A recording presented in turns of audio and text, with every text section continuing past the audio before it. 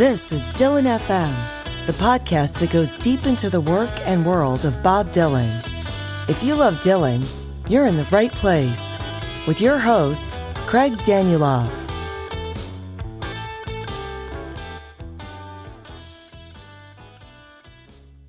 The 80s were a rough decade for Bob Dylan, as we know, especially as they were thought of at the time.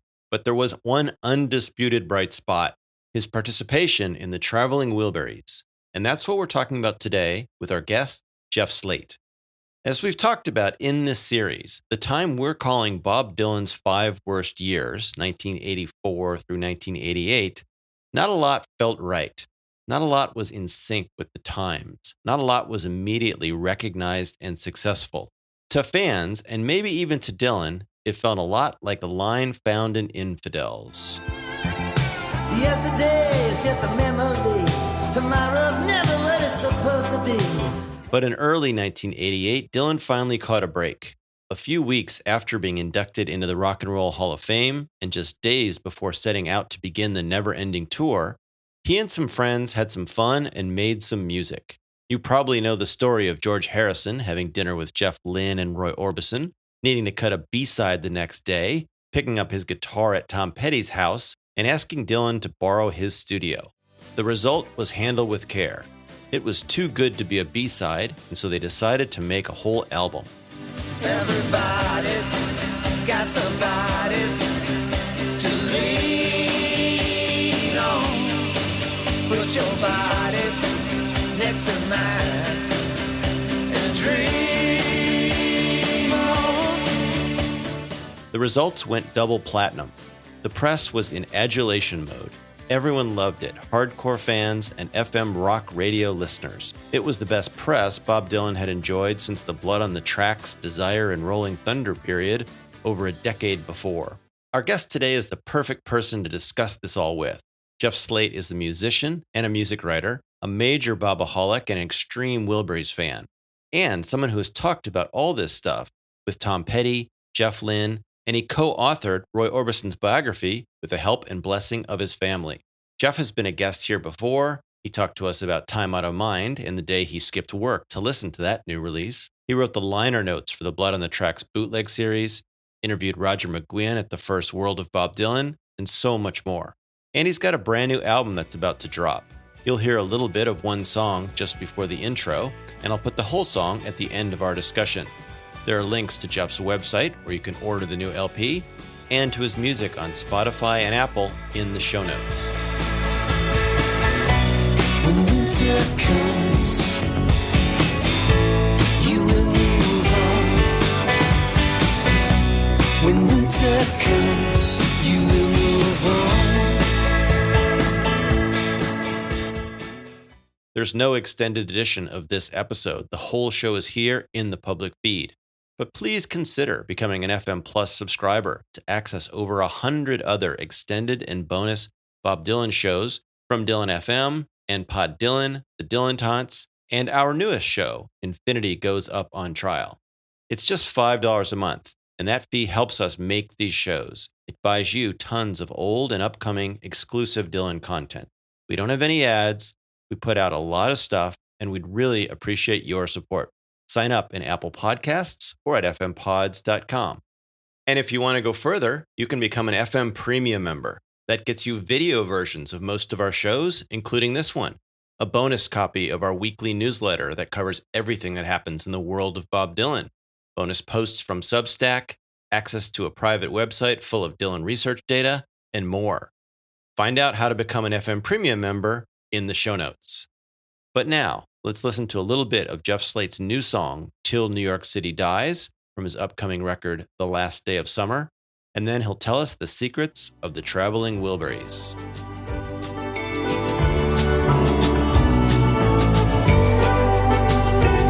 I'm gonna love you till New York City dies. I'm gonna love you under New York City skies. 'Cause all the to and fro, it makes me feel alive. I'm gonna love you till New York City dies. There is no question. Jeff Slate, thanks for joining us again to visit the middle years. If I don't know if chronologically that's right, but we're talking about 84, 85, the early middle, 86, 87, 88. Yeah, well, I guess the way if Bob names things, this can be the late early, whatever. And this happens to coincide with a bunch of Bob's big events, our partners and other musicians that you've spent a lot of time with. So I wanted to talk to you today about the Wilburys. You have lots of history there, about Petty a little bit, is another guy you know a lot about, and just generally what you think of this time period in Bob's life. But thanks for talking again. Absolutely. Pleasure to be here. And you have a brand new album, which we'll mention and play a little of so people can get a taste of that as well. Thank you. So the centerpiece of what we plan to talk about, and I think we'll go past it, is the Wilburys, which are the very end of this. Yeah. Although actually I was looking last night at the stuff, and I know the main album was recorded in May of '88, and it came out later. But in the movie they make a point that the Handle with Care song was sometime before that. I couldn't really find April. When that was. I can tell you. I'll tell you a really interesting story just to put in perspective how creative these guys were at that moment. So the first week of April, after, Jeff, Lynn, and Tom Petty sort of run into each other on Thanksgiving Day, and Tom's going to buy baseball mitts, and he's listening to Cloud Nine, and, everybody knows the story. I'll be like McCartney, tell the same story over and over. But they hook up, and they're making Full Moon Fever. And in a 5-day stretch, they wrote and recorded Free Fallin', I Won't Back Down, You're So Bad, You Got It, took a day off, and then recorded Handle with Care. That's what was going on the first week of April 1988. For those two guys, right? Yeah. The whole story. And three if you include Roy. And I only figured that out. I don't think anybody had figured that out when we were doing I wrote the book, The Authorized Roy Orbison, with his sons. So I had his whole archive. I literally had like his entire archive of, every advertisement and piece of paper. It was a crazy amount of stuff that they had collected. His mom had collected. This guy who's just an Uber fan took it on himself to build an archive. So they had this amazing repository. When I started to, I'm like, oh, okay, I knew that Free Fallin' and Won't Back Down happened here. And then I knew You Got It happened here. And then I was like, wait a minute. But Handle with Care was on April, I think it's the 5th. Maybe it was the 8th, I think. Yeah, April 8th. That's all in a 1-week period. That's crazy, And they were doing other stuff. I mean, they were tracking Tom's album in Mike Campbell's garage. So, they were on. That's, for any musician to have written those 5 songs, that's a career, right?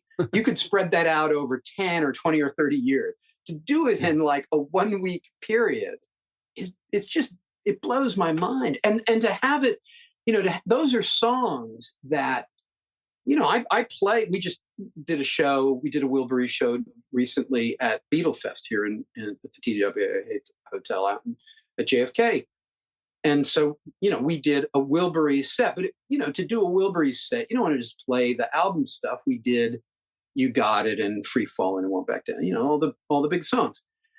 And You Ain't Going Nowhere, which doesn't fit at all, but I like playing it and crowds love it. So, and when you play those songs, it's like everybody knows them. They know every word. They love them. They get excited because they don't get to hear, particularly Beatle fans, they don't get to hear You Got It.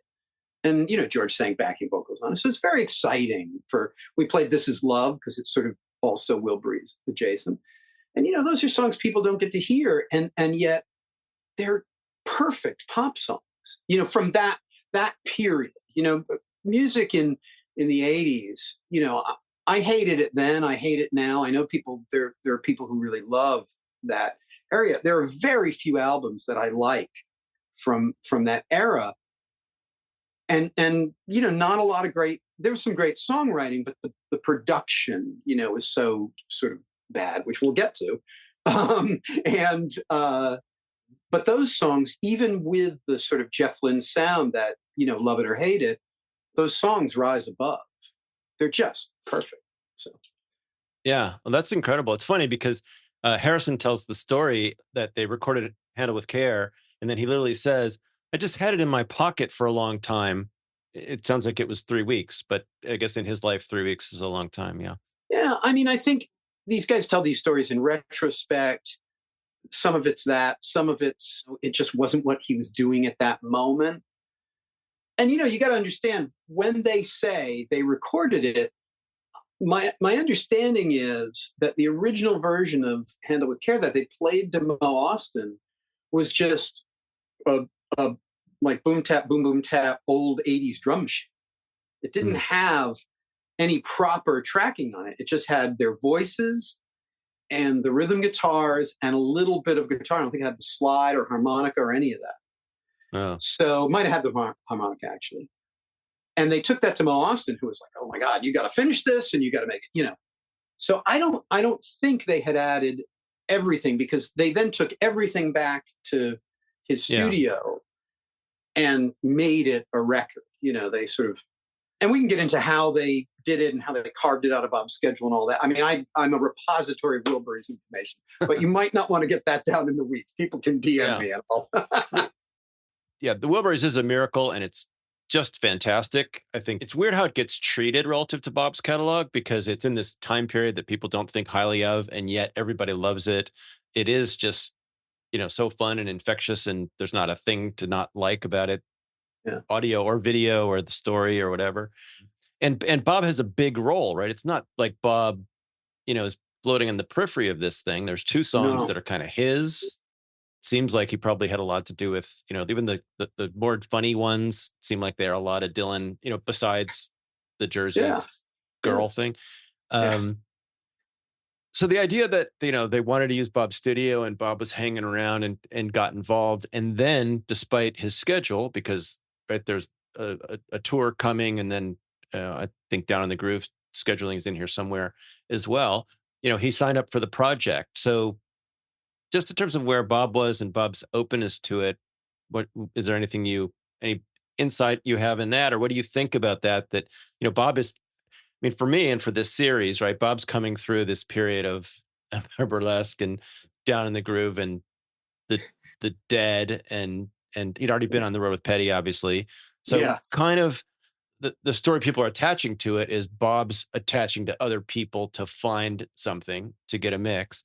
And then this thing comes out, which is the 4 best guys. And it turns out to produce something that the world loves, which in terms of charts probably is a higher number than Bob had been at in a while.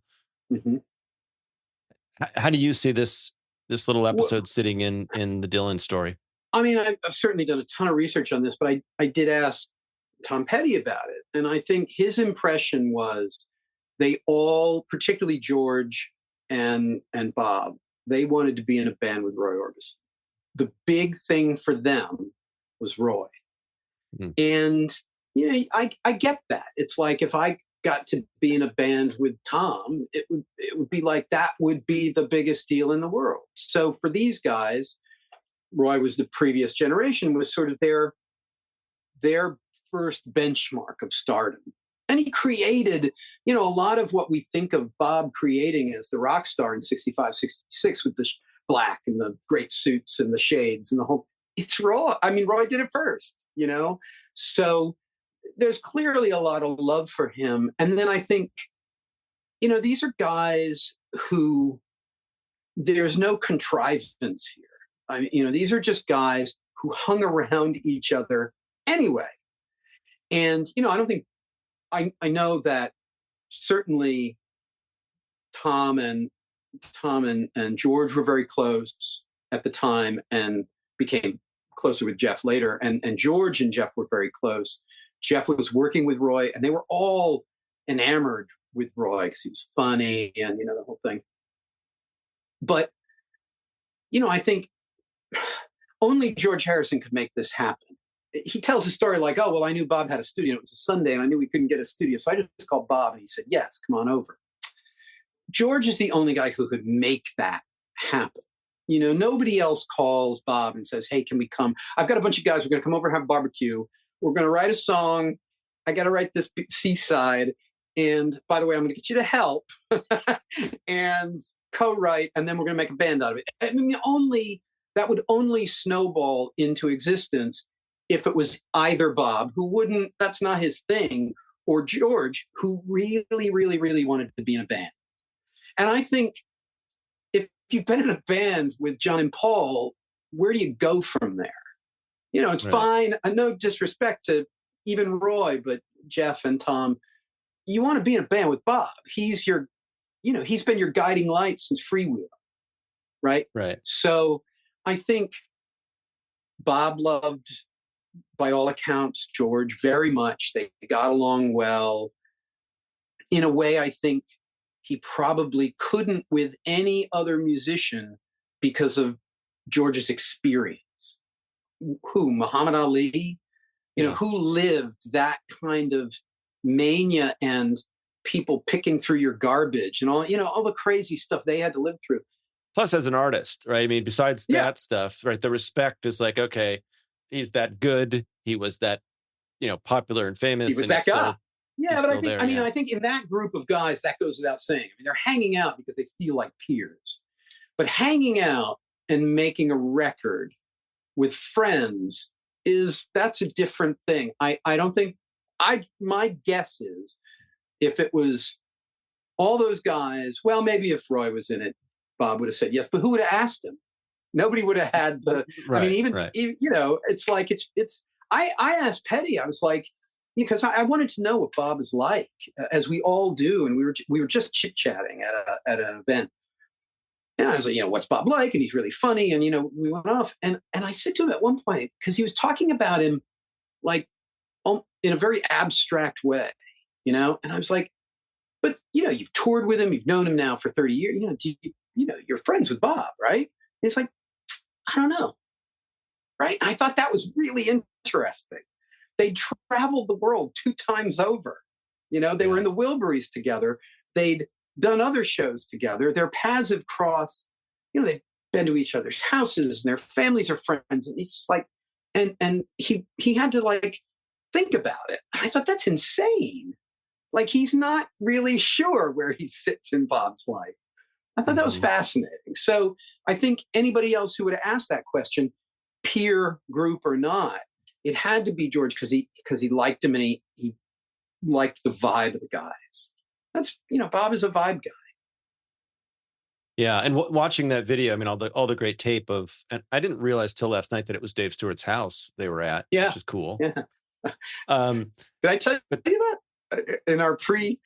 No. They mentioned it in the movie. And you know, I knew that there was a house. I don't know, just maybe I knew 20 years ago, but that's just another cool fact. But there's all that video, and you know, as like you, someone who's watched all the Bob stuff, to see Bob, you know, sitting around in the kitchen playing guitar with, it has to be those guys, and then the, you know, the candids, if you will, of the audio recording process, just for Bob to allow, you know. And sometimes it does seem like with the commentary that George was holding the camera. So, George, those are George's videos. My understanding is 90% of those are George's videos. I love that shot in the kitchen because Bob is playing like a heavy metal bass. He's not even playing guitar. He's playing like a weird kind of Kramer bass. Totally bizarre. But I just love, you know, I just think those are guys who wanted to hang out together. And they all happened to not be doing anything at that very moment and carved out a week, 10 days. Yeah. And that's what we got. How do you think about the songs that obviously came as a group and they'd show that directly, but Bob's contribution and what do you think it freed up for Bob to do that, you know, back in the Knocked Out Loaded studio, or, you know, these where he was in his career wasn't happening? Yeah, it's hard to say. I mean, he'd worked with Petty before and to mixed results, certainly. We all have tracks we like from that. I love Band of the Hand. I wrote about it in the Mixing Up the Medicine. But the 80s were a weird time for that generation of artists. It's not, we single out Bob because he's Bob Dylan. But if you think about it, all those guys, McCartney, George, Neil, all of them, they're now in their 40s. They're nearing 50. the Stones are trying to make dance records. McCartney's fiddling around with fairlights and drum machines, and Townsend too. They're all trying to find their place in what was still very much a young person's game, right? There were no elder statesmen then. There were pop stars, and they were sort of hanging on to the last shreds of pop stardom. Their records would still get written about. Jan Wenner was still their friend. They'd still make the cover of Rolling Stone. And it would translate occasionally into good records and good coverage and sales and so forth. But I think artistically, if you look at that period, it's not that there's no good songs. It's that they were trying to make hit records. They were trying to make records that sounded of that moment, right?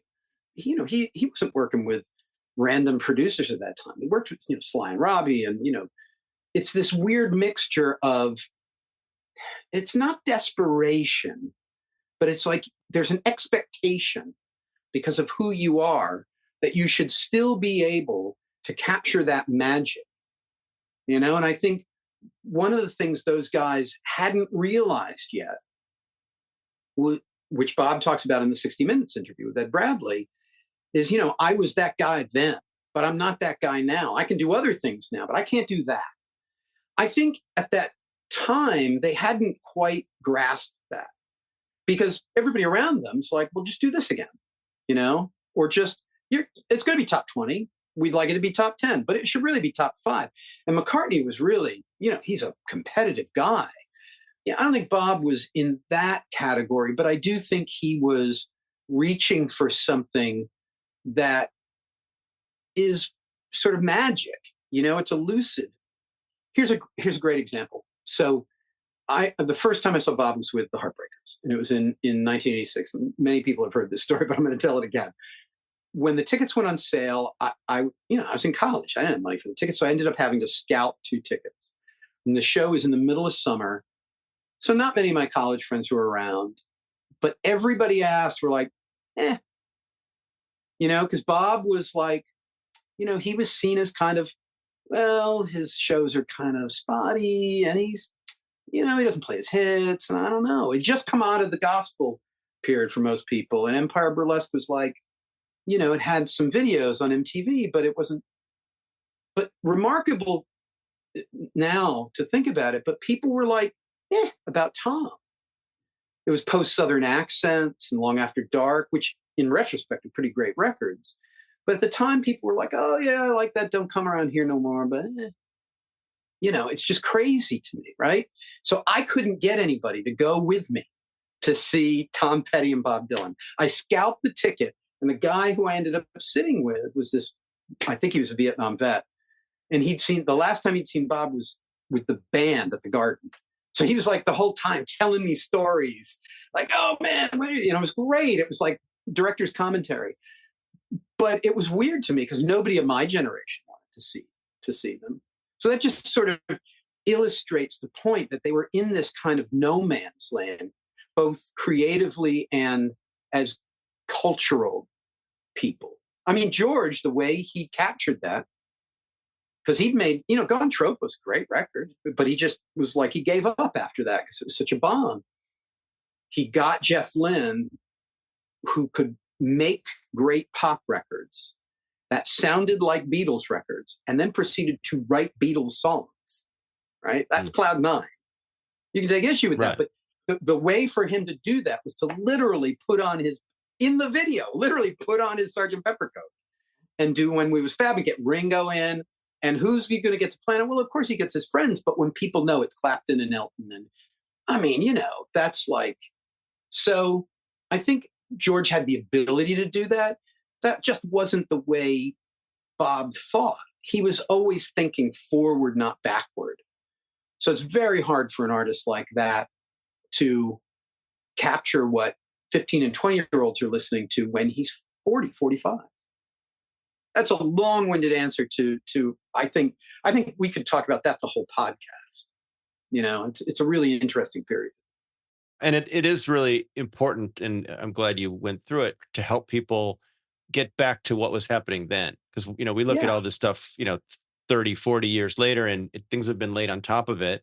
And the only other thing to add to that atmosphere is to look at who was on top, sort of young Prince. And you think, okay, what the hell does Dylan pull out of his, or kind of wave 2 of Springsteen's going on then? And you kind of think, what does Bob Dylan do? But think about it. Think about it this way. At the time we're talking about, certainly around the Wilburys, that was Bruce's LA period, Tunnel of Love and that, which I happen to, it's one of the few Bruce Springsteen records I love. But the fans hated that. Yeah. Because he was trying to do something different. That's a little later. I was talking like, Born in the USA is 84. Oh, yeah. So, yeah, okay, sure. Yeah, you're right. Springsteen, but also his age, it's a lot about that. It's a lot about being 40 or 46 or whatever and going, it was Wesley Stace, I think, who's, made a comment to me about what Bob's wearing on the cover of Empire Burlesque. And he's like, well, that's the last time that guy ever tried that. It's like, yeah. Well, and it's funny because I think every musician goes through this period in their sort of late 30s and 40s, certainly musicians who play rock and roll, where you get a little bit lost. And then all of a sudden, after you sort of turn 50-ish, people start coming again to your shows and it becomes easy and everything is nice again. And I said this once to Paul Weller, who many people won't understand. I'm like, all of a sudden people are coming to the shows again. And he goes, you didn't die. You're just still here. They remembered from when now they have a little bit of money and the kids are grown. And so they have free time again.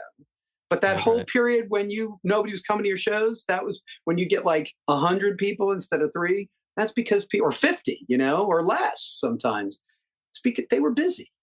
You weren't doing anything interesting for them. And now it's a nostalgia thing. So they, I mean, different topic, but right then they're new in a job, kids that are 3 years old, right? They're distracted. Yeah. So a bunch of stuff happens. Yeah. Well, let's look specifically at the Dylan songs, right? So there's 2 that are the most obvious, right? Okay. Congratulations. Yes. And Tweeter and the Monkey Man that are almost like the other guys just, step back. Not songs. I haven't really played the game of which Dylan album would they go on, but it kind of would be hard. Congratulations is probably one, it's the only, I think it's the only one he's played live. Oh, that's interesting. Yeah. I remember him doing it maybe late 90s, 2000s. There's somewhere on YouTube or somewhere, dial up Expecting Rain and we'll find it. But there's definitely, he did Congratulations, but I think that's the only Wilburys song he's ever played.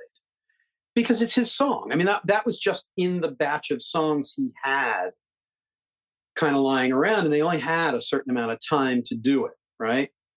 Tweeter and the Monkey Man was he and Tom, who knew each other well and were comfortable with each other and had written songs before. They'd done Jammin' Me and like that, had written lyrics before, wanted to send up Bruce. And there's apparently video of them doing this, although we've never seen it, that Jeff Lynne told me, because any Wilbury I interview, I ask them about the Wilburys. I don't care about their current record. He and George were just watching them do this. And it was just, they were like, I think there's 8 verses to Tweeter and the Monkey Man. We play it a lot. It's a lot. And he said it just went on and on. It was like even more that they got it down to that sort of perfect 8 or 7 or whatever it is. But again, Congratulations is a song, I don't know where it would fit in that time period of Bob Dylan. Like I can see where it would fit maybe at different points in his career. And I guess we don't really know. We may never know when precisely it was written. It sounds to me like it came up then. And I think the story I heard is he was always a little sour grapes that he brought in some of those songs that he felt like he should have held back. Like maybe Congratulations belonged on a Bob record.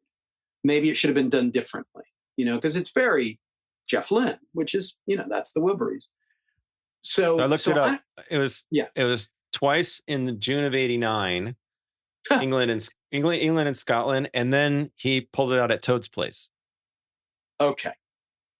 Right. So I wasn't wrong, but I was, I was pushing I thought it was more recent than that, but that makes sense. But anyway, Tweeter and the Monkey Man is a Wilburys song. He wouldn't have written that song with anybody else. He wouldn't have recorded that song with anybody else. That's his party piece for the Wilburys. Well, a lot of the way I think about Bob on that album is the humor. It's stuff you think he wouldn't do. He might write or, screw around in the studio, but he's not going to put out. But on that album, it felt right to have, those jokes on the, the co-writes with Petty and the, Sure. The girl who's a broken down car, all these things. Not so serious. Yeah. Right. But it's fun to see Bob get to do that and enjoy it and obviously be great at it.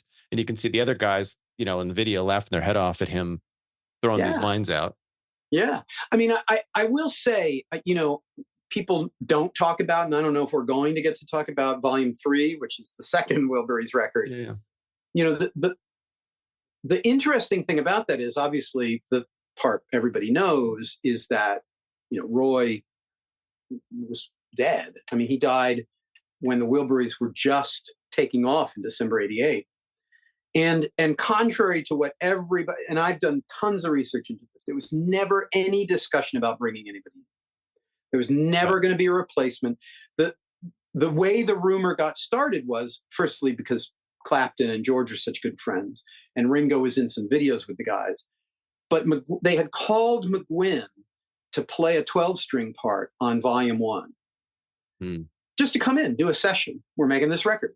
And he was on the road and couldn't do it.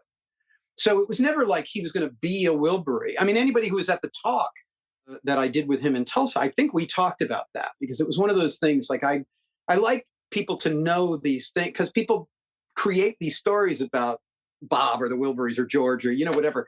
And they become fact. But, he wasn't ever going to be a Wilbury. Del Shannon wasn't going to be a Wilbury. Nobody wanted to work with Del Shannon. He's a great guy and a huge talent, but he was a dark, dark guy. And both Petty and Lynn had trouble with him. Anyway, by the time they get to Volume 3, they can only find 1 week in Bob's schedule where the rest of them are all available. So they go into the studio and in 1 week make Volume 3. They don't do all the overdubs and, drums and all that other stuff. Well, they did do drums live, but they did that all in 1 week. And my understanding is, and I couldn't find it in the archive out in Tulsa, but my understanding is that George and Jeff Lynne had Bob record all the vocals. Because what they would do is they would each, and we can get into this if you want to, but they would each audition to sing the song. And Tom told me how he was like sitting on the couch practicing whatever song it was, and Roy was next to him. He's like, I got nothing. It's like, but so there probably exists somewhere or did at some point those Volume 3 songs with just Bob singing. And they're very Bob. That Volume 3 is much more kind of that rootsy rock, aggressive thing that Bob was doing at that point in the early 90s, live, certainly. Anyway, that's a digression, but you can see why those songs have more of that humor and a little more Bob as the key vocalist in those songs, or the guy who kind of anchors the songs. Because if you've got Bob Dylan singing the song and it sounds great, you can add Tom or George, but it's Bob Dylan. A lot of what I'm talking about wasn't for publication. It was just I happened to have conversations with Roy's kids a lot. So there's a lot of like backstage stuff that's really interesting, but also with Jeff Lynne and Tom, they liked talking about the Wilburys. They have very fond memories of particularly George, who, when I interviewed both of those guys, it was still a little raw. So they liked talking about that period in their lives because it had a little bit of that amber glow, it's pretty special. It's kind of a perfect experience, right? They got their great friends. The world cares about it. They didn't spend a lot of time on it. It was a big hit, nothing but good feedback. You can see in the interviews, they're like, they do an interview with like CBC and Rona Barrett and all these, and they're just having the best time. They've got like the cardboard cutout Bob with them because, Bob's not going to come. And there was one interview they did where Bob was like in the kitchen, but he wouldn't come out. I mean, it's just, like if you really dig into the Wilbury stuff, I think they had more fun promoting that record than anything else because, especially for George, who missed being in a gang, missed being in a band.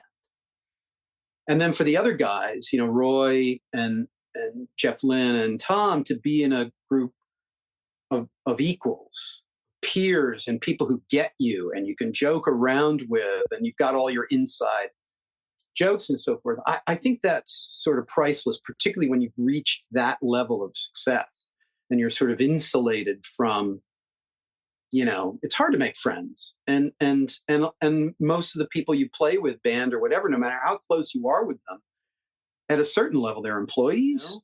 Yeah, that had to apply to Bob too, right? I mean, maybe the reason he was willing to hang around the house and futz around and screw around for, 10 days, because when does Bob get to not, have the world be pulling on him like a magnet? Right? This is the joke everyone repeats from there, that, did you know he was a Beatle? Bob knew that all of a sudden I'm not the brightest thing. And even if they're in Dave's house and no one else is around, it's still got to feel really different. What do I know? But it's and that was my point earlier, that, certainly they loved Roy so much. That was exciting for him. And he would feel, I think all artists have people they look up to. I don't know where he would see himself from a competitive standpoint with George. I mean, he's Bob Dylan, but George, the level of success George had is even as high as Bob went in the mid 60s. They sustained that for 8 years. And even after the band had broken up, it dipped for a bit, but by that time it was coming back and, post CDs and so forth. So I think it's got to make it easy for him to sort of just be himself and be in the moment, or easier than, it's probably easier to be in Dave Stewart's house than it is to go to the grocery store, right? Right. And despite the fact that it wasn't his alone, having a success like that, there's no stakes. It's got to feel good, right? So if we pull out and go, Empire, Burlesque, Down in the Groove, Knocked Out, Loaded, all these things are going on. It's nice to all of a sudden have a big hit and have everyone love it. And then the other thing going on in this whole period is, which is also interesting to talk to you about because of Petty's instrumental role in it, is the transition on the road, right? So Bob, he took a few years off, kind of the Infidels period. There's almost 2 years when he doesn't play. Then he comes back. Live Aid, Farm Aid happen. Now he takes Petty out, does a year, does the Dead shows, and then takes Petty out again. And as we pointed out, we did a Dead show a couple weeks ago. The Petty set list was relatively static on the first tour. And then after the Dead experience, it's all new set every night. And, I think Tom has talked about how fun it was for them to be able to call out songs, and have Bob be willing to do them. So there's that change. Then the Wilburys happens, and now boom, right? The Never Ending Tour. This was recorded in May, and whatever it was, June. Literally, they left the Wilburys. Right. Yeah. Yeah. So he left the Dave Stewart's house, and the tour he had to go on. Actually, I didn't really realize before. The tour he was rushing to get to that made that a deadline was the Net. Was the first show of the Net. In Concord. Yes. So there was a momentum there that I think is interesting to talk about. What I was talking about with regard to being a little bit lost, McCartney and Mick Jagger and Bob and, a lot of those people who were the 60s generation of rock and rollers, Townsend, It's not that they didn't make some great records. It's not that there weren't good songs in there. I mean, McCartney was working with Elvis, right? But the recorded work was a struggle in a way that I think it hadn't been up until 78, 79, 80. It just changed. And for a lot of reasons, not the least of which MTV, and not the least of which the aftermath of punk and what that did to the business. But anybody who thinks that the live shows those guys were doing at that time weren't amazing. I mean, we hadn't gotten to the point where things were so perfected, where the pyro was perfect and the lighting was perfect and computerized and the screens always looked great and everybody wore styled clothes and the stage was just so, and they had their Oriental rug carpets on the, it's like we had yet to get to that level of perfection. right? Where it was sort of a going concern, as they say in the business world. I think it was still fairly ramshackle. But when I saw Bob Dylan and Petty, I'm sure it wasn't as good as like when my brother or brother-in-law saw him 10 or 15 or 20 years before. But I thought it was astonishing. There was a section of the set where it was just Bob and his acoustic guitar alone. And there were 20,000 people in the garden completely focused on Bob Dylan. Now, if you hear recordings or whatever, maybe it doesn't sound so great, but it's like when you hear a recording, if you're in the audience and you see McCartney. We all know they, as good as they are not being there at all. No, and having been there, the magic of that moment was pretty great. And I would argue throughout the 80s, Bob was doing great shows. Some of the shows with the Dead were amazing, but the shows with Petty, I think, everybody agrees were, I've talked to Ben Mon about this, Ben Montench, who played keyboards and was very instrumental in them being able to do any Bob Dylan song because he literally knows them all and he could call it out to the band. They were having the time of their lives doing this. So I think it's sort of related to that Wilburys vibe. They were having fun, and the live shows were pretty great. They might be a little ramshackle. There might have been too much booze or whatever going around, but the studio was the issue. It's like it just wasn't happening. It just was not happening. It's just one last thing. It also was the era when albums typically were only expected to have one or two or three good songs, so you could have a video. So if you look at Down in the Groove, it's got a couple of good songs. Even Under the Risk, it's these records have good songs on them. Knocked Out Loaded, it's got the one good song. But and that was all that record companies kind of cared about.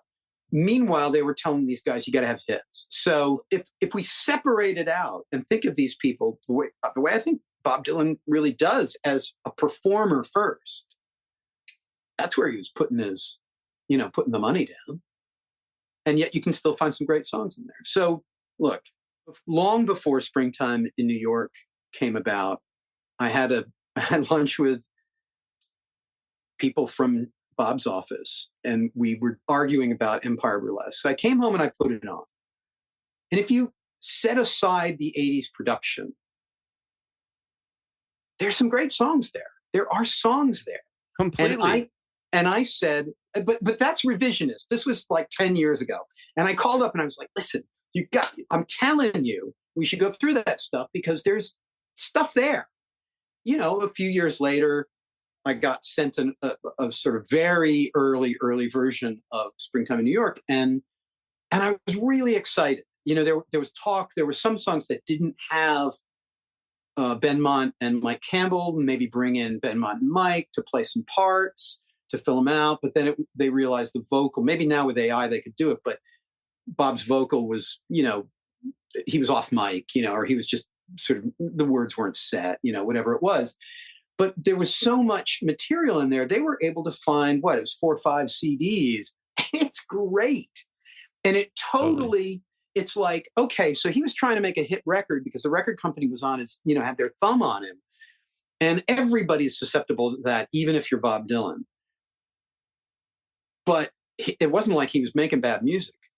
There was music there. It just wasn't what maybe the choices that were being made were wrong because it was like, well, I think this is what they want. I don't know, but I'm guessing because every artist goes through that. There's a period in your life where you go through. Yeah, no, look, I'm a fan of all of that. First of all, that's the period when I kind of started, right? Me too. Yeah, he was on MTV. I'm like, oh my God, it's Bob Dylan. Infidels and Empire Burlesque were the only 2 albums I probably had for 10 or more years. I loved them, but didn't expand. I just thought these are great. And, maybe I heard a little bit, but I also think the interesting thing about the Springtime in New York stuff, and we had a show about this a few weeks ago, is first of all, if you listen now in high res, I think Empire Burlesque sounds fantastic. All those parts, and maybe just have better equipment than I had back then, but they're crisp and great. And I don't blame Arthur, Baker or feel bad about any of that at all. And second of all, you can construct the pre-Arthur Baker version now with all those other tracks. Yes. And you probably, if you had those two in front of you, I think you'd put out the one they put out, because it's kind of, it's a little dull. It's just another dull, right? It's a Bob thing, and that stuff is cool. And I'll also send you, I don't mean dull interesting. I mean dull sonic. Right. Right. It's just not as distinctive. And if you say that they were trying to get on the radio, you see why they did it, but I don't. Anyway, there's no apologies about it here at all. It's 45 years ago. Doesn't matter. Right. Well, I'll also send you, just because for fun, as part of the series, I made a compilation playlist of these 3 albums. But you were talking about there's good songs on each of them. Yeah. So I made an album called Empire of the Loaded Groove that is, there you go, 10 songs out of the 3 of them. And I've been listening to it all the time since I made it. It's just, phenomenal. So the question buried in that original thing was, and first of all, I'm really glad you made the distinction between live and studio, because it was part of the point of doing this series, was to look back and say, there's a ton of good in this period that gets cartooned as bad. And the live is one of them. The Wilburys are one of them. The Petty Tours are one of them. The Farm Aid or whatever. There's lots of things. The Letterman show, the original Plugs thing is in here. Is that taking Tom and the Heartbreakers out and having that kind of fun and him feeling different was part of this experimentation that in 88, he said, okay, I'm going to reinvent myself by being on the road. I'm going to go do the Neverending Tour. And it's a building block to what happened, even if, besides being good and interesting, he got a lot out of it and he clearly enjoyed it. It was, the coincidence of whatever, happened to him and the Dead and the smoke in a jazz club in San Rafael thing. It's a great story. I was talking to Erin Callahan, and I talked for an episode that we haven't played yet, and she is looking at the 80s and has this phrase that I think she got from someone who I wouldn't know to name, about allowing our great artists to struggle and say, okay, that's what's going to happen. And it's fun for us to, it's not sad. It's not going to be bad. We get to watch. And so, we got a bunch of albums. We got the Petty Tour. We got the Dead Tour. And then to me, this Wilburys thing is just this cool cherry in the middle of it all. It is. Yeah, totally agree. Well, let's talk about your record for a few minutes. Sure. Because you're a Costello fan, I know you won't mind that I almost said the other side of summer a minute ago, but it's The Last Days of Summer. last day, but yes. The Last Day of Summer, which I've been listening to for a few weeks. Jim Keltner, and that's a hot song, man. I love that song. With a gun to my head, that may be my favorite Elvis album. I love everything about it, and the Beard years, and the fact that song wasn't a hit. You put someone else's name. That was like an Elvis thing. You put someone else's name on that song and put it out. Anyway. Yeah. So you've got a new album full of guest stars and full of what I think is a slightly new sound for Jeff Slate. Which I love. We were talking about before. Tell me a little about the record and who's on it, and we'll squeeze a track in here when I sure. Well, the first single, which is coming out now, or is out by the time people hear this, is "Broken Without You," which was co-produced by Dave Stewart. It was a song that, in any batch of songs you record in the studio. And these were songs that were largely written toward the tail end of the pandemic, when we were all still tail end of being in lockdown. Because at the time in 2020, Earl Slick and I were going to go on a tour. So we were going to make a record and then put out a record so we'd have something for this tour. And I thought, since I was sitting at home with literally nothing to do a lot of the time, I would write. And sometimes you just hit a groove. And so I had what I felt was a really healthy batch of songs that showed my influences, but had my own style, and also were a little bit more, maybe more mature than songs I had written previously, which felt good. I'm not a young guy. And I think that's part of the, letting go of trying to, write a hit song or a song that fits in with what people listen to. And so, but I had this one song that I liked enough that I didn't want to drop it, but I just couldn't get it right. And I happened to be on the phone with Dave Stewart, as you do. And and he, you know, he's like, yeah, what are you working on? Blah, blah, blah. And I told him, and he said, oh, he was at his studio on a remote island in the Atlantic. So you know how it is. As you And do. he said, as you do. And he said, you know, send me the tracks and I'll see what I can do with it. And, you know, it's funny, but if you put, it's like you said, if you put the two versions next to each other, they're both available on the album. I don't, you know, some people maybe won't hear the difference, but I did immediately because he stripped it down and built it back up. He added some guitar, you know, himself, very sort of ambient and some twangy, you know, that Strat sound he has. But he made it less cluttered. You know, I mean, this is a guy who obviously knows how to make a hit record. Now, I didn't think he was going to make a hit record out of this, but and it's not by any means my favorite song off the album, but when I started playing it for people, they got really excited about it. Now, first of all, I think people get excited when you say Dave Stewart had something to do with it. Certainly the guy who owns my label did, but I think also he did do something that I don't know what it is. It's that magic that happens when somebody else, you know, puts their stamp on it. So that was pretty exciting. And I suppose in some ways he's the biggest maybe name on the record. Duff McKagan plays bass. Ron Blair from the Heartbreakers plays bass. Earl Slick is, I think, on every track.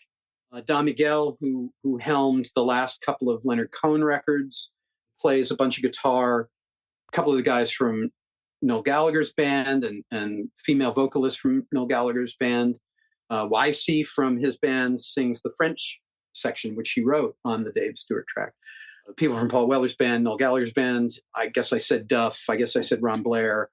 Lee Harris from Saucerful of Secrets. You know, it's sort of, these are the guys I know who were not doing anything in 2021 and 22 because they couldn't yet, or whenever. So was it a lot of remote parts that you assembled? It was, and you know, somebody was asking me about this earlier, and we over-tracked because when you record that way, it's very hard to know how the puzzle pieces fit together when you're doing it long distance. And then rather than try to make sense of it myself and have it be a cluttered mess, I sent it to this guy Dwayne Lundy, and who has worked with Willie Nelson and Ringo, and he's, you know, mixes for big deal people, but he's a buddy of mine, and he was really committed to making this record sound as good as it could sound. In other words, he had heard previous records like you and would say to me, oh, I know what I would do, right? And so that means he's hearing something different in his head. And I thought, well, let him do that. That's why I had a producer work with me on this record. I wanted somebody to say, you can come up with something better, or that's great, you know, because a lot of times you don't know in the moment which it is, you know? So it was a very different experience. You know, the record's been done quite a long time now, but even once we got out of the pandemic to get sort of on the release schedule, everything was backed up because people had all these records so I think it was going to be at one point, you know, last summer, and then it was going to be last fall. And then it was like, look, let's just wait until after Christmas because everybody was putting out a record in the fall, and we'll put it out in May and we'll do a couple of singles and get people warmed up for it. And it's been, you know, it's very exciting. The people who've heard it so far, like you've been really into it, really excited about it. And I have to say, you know, there's something different about making a record in your 50s than in your 20s, where you kind of don't give a fuck. I mean, you just like, this is the best I can do right now. And I'm happy with the results, like genuinely happy with the results. Whereas, you know, when you're making records early in a career, you're trying to be something or do something, you know, be somebody you're not, or do something you're not really maybe capable of doing. You want to be Bob Dylan, you want to be Bruce Springsteen, you want to be the Beatles or the Small Faces or whoever it is. And at a certain point, you know, when people come to your shows and like your music or whatever, you're like, well, I'm just going to give them the best thing I can do right now. And I think that goes back to what we were talking about with regard to those guys finding their way by the end of the 80s into the 90s and 2000s.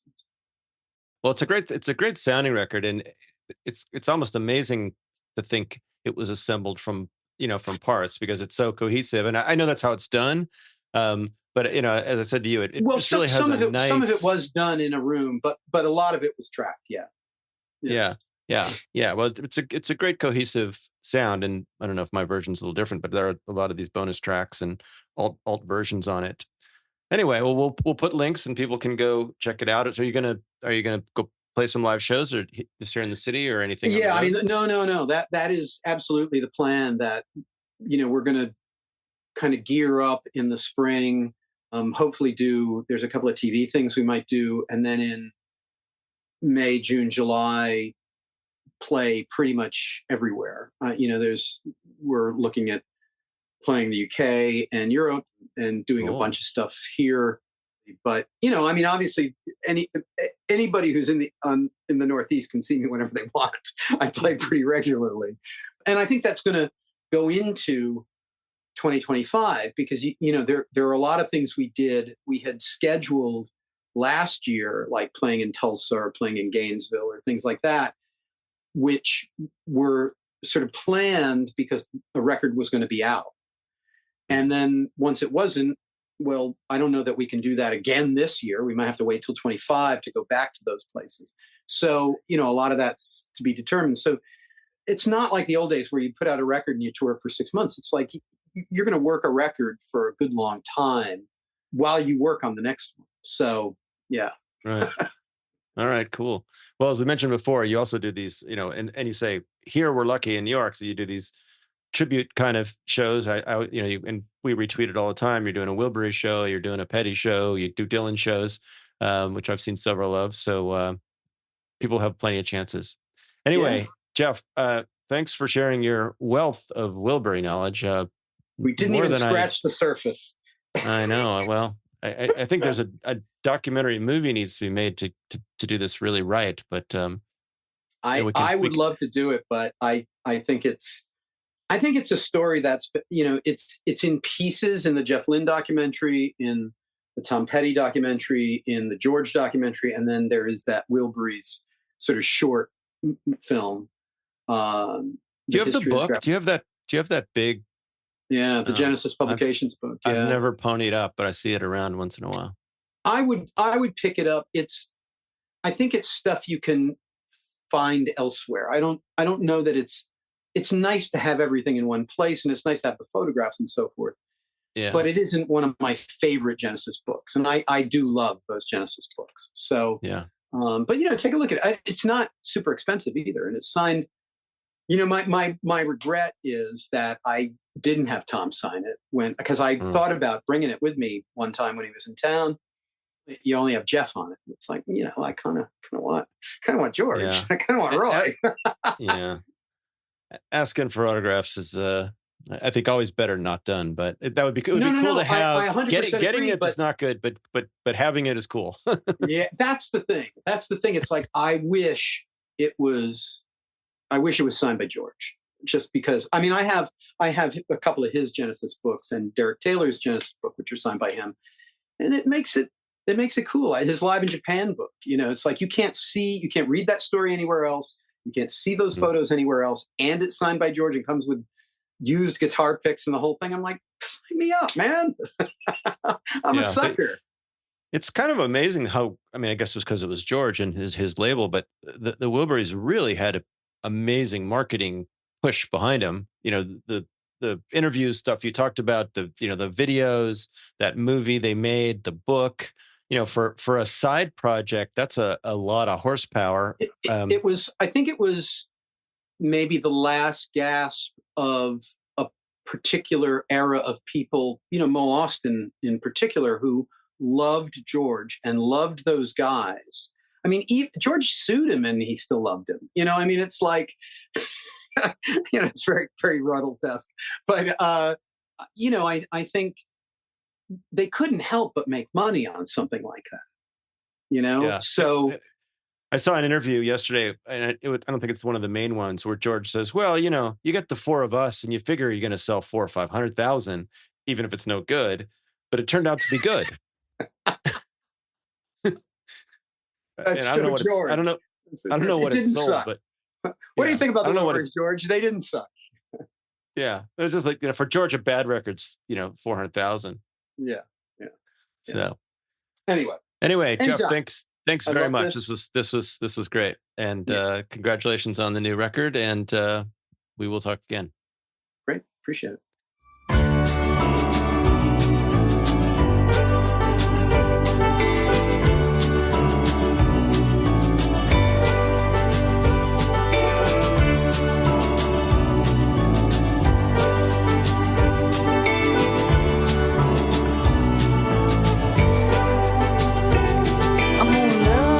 Till New York City dies, I'm gonna love you under New York City skies.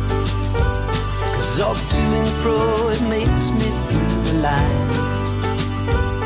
I'm gonna love you till New York City dies. There is no question in my mind. The promises make well enough the hurricane, but I can't reach you. No, I can't reach you. Of course, maybe I don't deserve to. I'm gonna love you till New York City dies. I'm gonna love you under New York City skies. 'Cause all the to and fro, it makes me feel alive. I'm gonna love you till New York City dies. I play the victim too many times. I tell the bitter end, I believe my own lies. And I can't reach you. No, I can't reach you.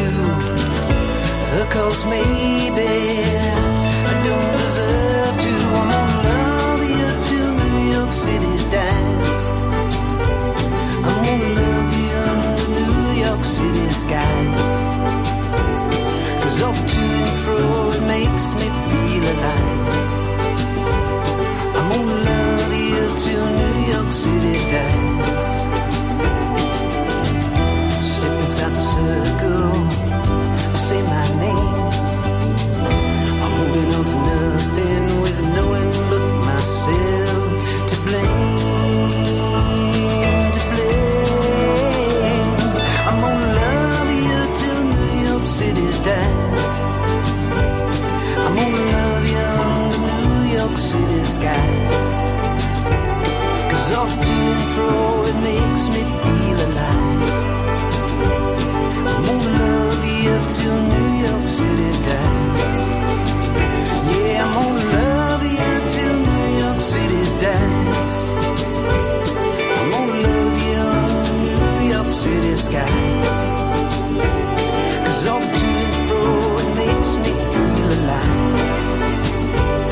I'm gonna love you till New York City dies.